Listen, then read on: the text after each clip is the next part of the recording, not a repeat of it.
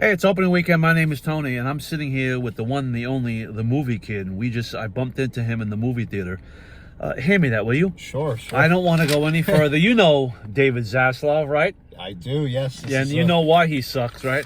Because he's in charge of Warner Brothers. And what did he do?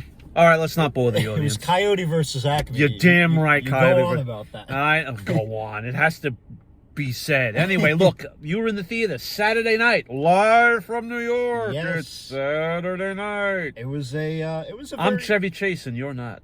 Yeah. It was a very interesting movie, to say the least. Jason Reitman made this film. Jason Reitman, he's the son of Ivan, who made like the Ghostbusters, if I'm not mistaken, a bunch of other movies. I mean, We miss you. It's a great movie. It basically tells the story of Lorne Michaels and this cast of misfits. Is this supposed to be funny? Yeah, that Dr. Evil. That's another thing that came from SNL. That was Mike Myers. Dr. Evil was his little to Lorne. Another SNL alumni. And we had to wait 20 years to find out that Dr. Evil was Lorne Michaels. But yeah, I mean, the movie, it's a pretty good movie. Like I said, it's a very, very linear story. It tells the plot of these 20-somethings, and they're a young Chevy Chase, a young Dan Aykroyd. Young Gilda Radner. Andy Kaufman. Mighty Mouse. Jim Henson. Yes, George that's right. Carlin. Garrett Morris. And it tells the story of Lorraine Newman. Yeah, I don't know a lot. I don't know all of these names, admittedly. Yeah, no. Well, you're a young man. I'm in my 20s. I don't know everything about this, but I mean, it's a great movie. I mean, Garrett Morris was a funny man. I don't know too much about him, but from the way that he was depicted in the movie, I mean, it was strong. I mean, it's a great movie. I mean, it's semi-biographical. It has some historical accuracy, but some movie magic in it.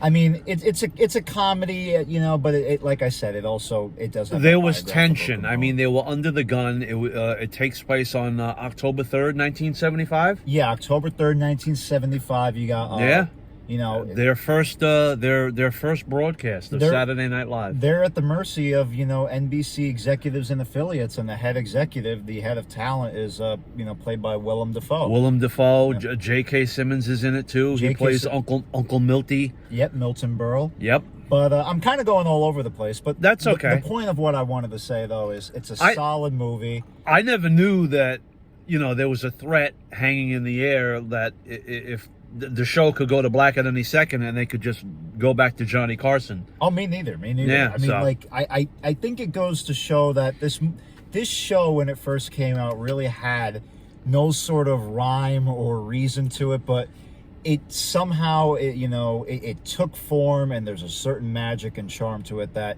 maybe not everyone likes it nowadays, but it still has a little bit of that touch even to this day. It's still around. It had staying power.